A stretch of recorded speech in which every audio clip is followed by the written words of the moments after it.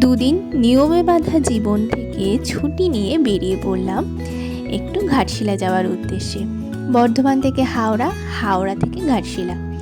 তো এই যে এখন হাওড়া থেকে ঘাটশিলা যাওয়ার ট্রেনে উঠে পড়েছি। আর বেশ খানিকক্ষণ চলে এসেই চোখে পড়ছে সবুজে ঘেরা চারিপাশ, মানে ছবির মতো সুন্দর শালবনের জঙ্গল। আর এত সুন্দর লাগছে দেখতে, সত্যি মনটা মুগ্ধ হয়ে যাচ্ছে। প্রকৃতি যে বিভিন্ন ঋতুতে বিভিন্ন রকম রূপ ধারণ করে, তারই মধ্যে তারই এক রূপ। তো যাই হোক, আমরা বেরিয়ে পড়েছিলাম সকাল সকালই, কিন্তু পৌঁছতে হয়ে গেছিলো সন্ধে। তো পরদিন সকালবেলায় ঘুম থেকে উঠে একটু ফ্রেশ হয়ে স্নান টান করে এই যে ধোসা ইডলি ব্রেকফাস্ট করে বেরিয়ে পড়েছি সাইট সিনগুলো দেখতে। তো প্রথমেই চলে এসেছি সূর্য মন্দির। এত সুন্দর দেখতে ছোট্ট এই মন্দিরটি, ভীষণ ভালো লাগলো। আর সব থেকে বড় কথা, এই সময়টায় ভিড়টা একটু কম। তো আমরাই ছিলাম কয়েকজনই ঘুরে বেড়াচ্ছি, যেহেতু খুব সকাল সকাল, সেজন্য আরও ভিড়টা কম। একটু পরে দেখছিলাম ভিড়টা আস্তে আস্তে হচ্ছে। তো এত সুন্দর চারপাশটা, সূর্য মন্দির, সাথে রয়েছে সুবর্ণরেখা নদী। সুবর্ণরেখা নদীটাতেও কেমন যেন সবুজ হয়ে রয়েছে, আর চারপাশে রয়েছিল সবুজ রঙের ঝোপ। তো চারিদিকটাই সবুজ। আর এই যে কাটা বন, এতে রয়েছে প্রচুর প্রজাপতি, মানে এত সুন্দর লাগছে প্রজাপতিগুলোকে দেখতে। আর এই যে সূর্য দেবতাকে লাল জবায় এত ভালো লাগছিল দেখতে। সকাল সকাল পুজো হয়ে গেছে এবং সুন্দর করে সেজে উঠেছেন উনি। আর তারপরেই চলে এসেছিলাম রামকৃষ্ণ মিশন। এখানে এসে মনটা একবারে জুড়িয়ে গেল, চারিদিকটা গাছপালা, ফুল টুল। আর এরপরেই হচ্ছে গৌরীকুঞ্জ, বিভূতিভূষণ বন্দ্যোপাধ্যায়ের বসতভিটা। তো এখানেই উনি নানান উপন্যাস লিখেছেন।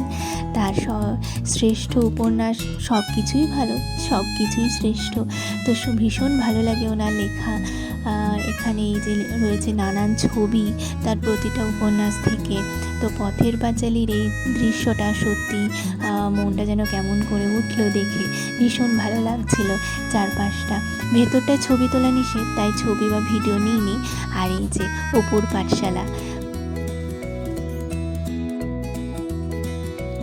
তো এবার আমরা পৌঁছে গেছি চাঁদের পাহাড়।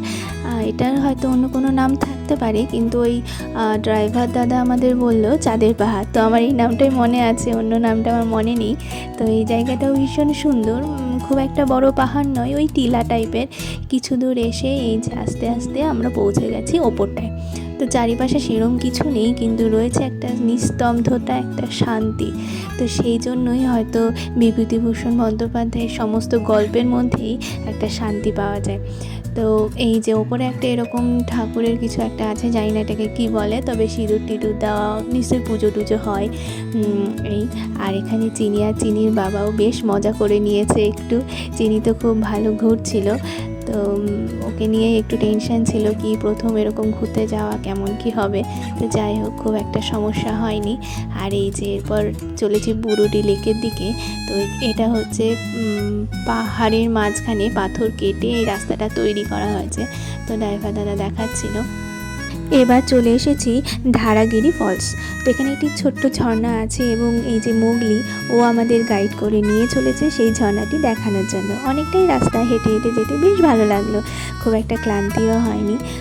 রাস্তাগুলো একটু পাহাড়ি হতে পারে, খুব একটা পাহাড়ি রাস্তা নয়, তবে বেশ ভালো লাগছিল। আর এই যে ঝর্ণাটি, এখন জলটা একটু কম, অন্য সময় মানে একটু বেশি থাকে।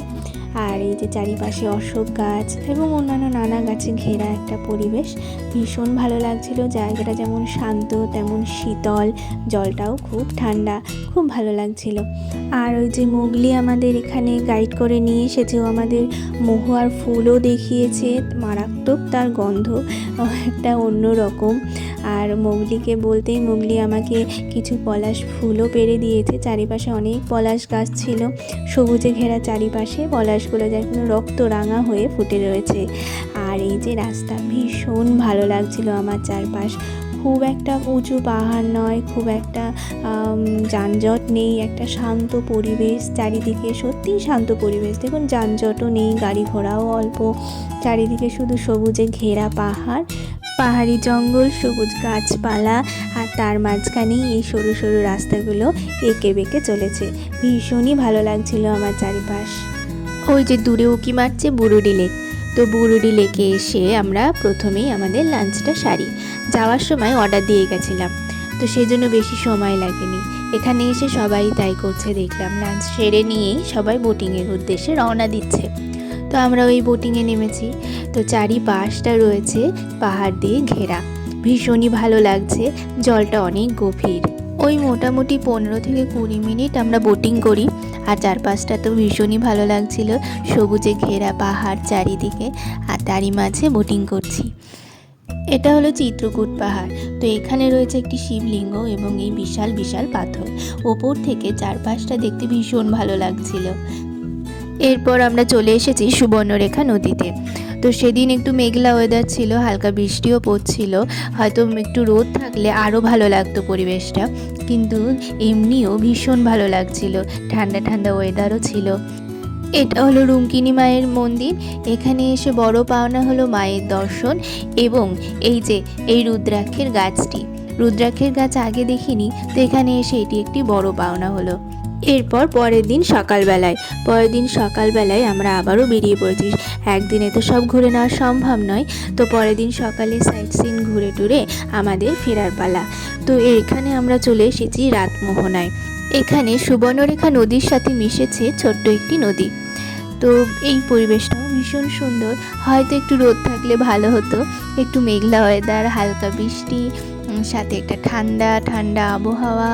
তো তারই মাঝে ঘুরতে বেশ ভালো লাগছিল। এবার চলে এসেছি সিদ্ধেশ্বরী হিলটপ।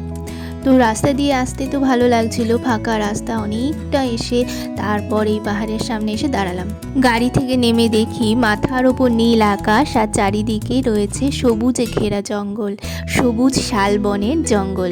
তো এই পাহাড়ে উঠতে একটু কষ্ট হচ্ছিল ঠিকই, অনেকটা রাস্তা, কিন্তু আমাদের সাথে তাল মিলিয়ে কিন্তু চিনিয়ে উঠেছে। প্রথমে ও একটু ঘুমিয়ে পড়েছিল, যেই ঘুম থেকে উঠে দেখছে চারিদিকে পাহাড়, ও নিজে একটা ছোট লাঠি নিয়ে, লাঠি হাতে করে গোটা পাহাড়ে কিন্তু উঠেছে। বাবার হাত ধরে, একবার দাদার হাত ধরে, একবার মার কোলে চেপে। তো এই যে ওপরে উঠে চারপাশটা দেখে সত্যি মন জুড়িয়ে গেল, মন একদম আমার ভরে গেছে। মন ভরে আর নিজের সমস্ত ক্লান্তি পাহাড়ে রেখে আমি এবার বাড়ি ফেরার পথে। তো বাড়ি ফেরার পথে একটা জিনিস লক্ষ্য করলাম, যাওয়ার দিন হয়তো অতটা আমার চোখে পড়েনি, ক্ষীরাইয়ের এই অপূর্ব সৌন্দর্য। চারিপাশে কত গাঁদা ফুল ফুটে রয়েছে। তো আমি শুধু ভাবছিলাম যে আমি নানান জনের সোশ্যাল মিডিয়ায় ফটো ভিডিও দেখি কি ক্ষীরাইয়ের শীতকালে ফুল নিয়ে। তো এই সময় যদি এত গাঁদা ফুল ফুটে থাকে, এত সুন্দর লাগে চারপাশটা দেখতে, তাহলে শীতকালে বিভিন্ন রঙের ফুলগুলো দেখতে না কত সুন্দর লাগে। তো যাই হোক, প্রথম দিন যাওয়ার সময় আমার চোখে অতটা পড়েনি, আসার সময় দেখতে পেয়ে আমি ভীষণ ভালো লেগেছে। কারণ এটা ইচ্ছে ছিল যে ক্ষীরাইয়ের প্রাকৃতিক সৌন্দর্যটাও দেখার, সেটাও দেখা হয়ে গেল।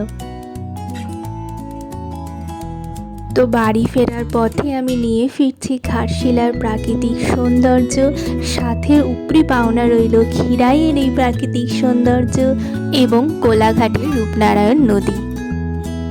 এত সব কিছু আমি রেখে দিলাম আমার স্মৃতির পাতায় খুবই যত্ন করে।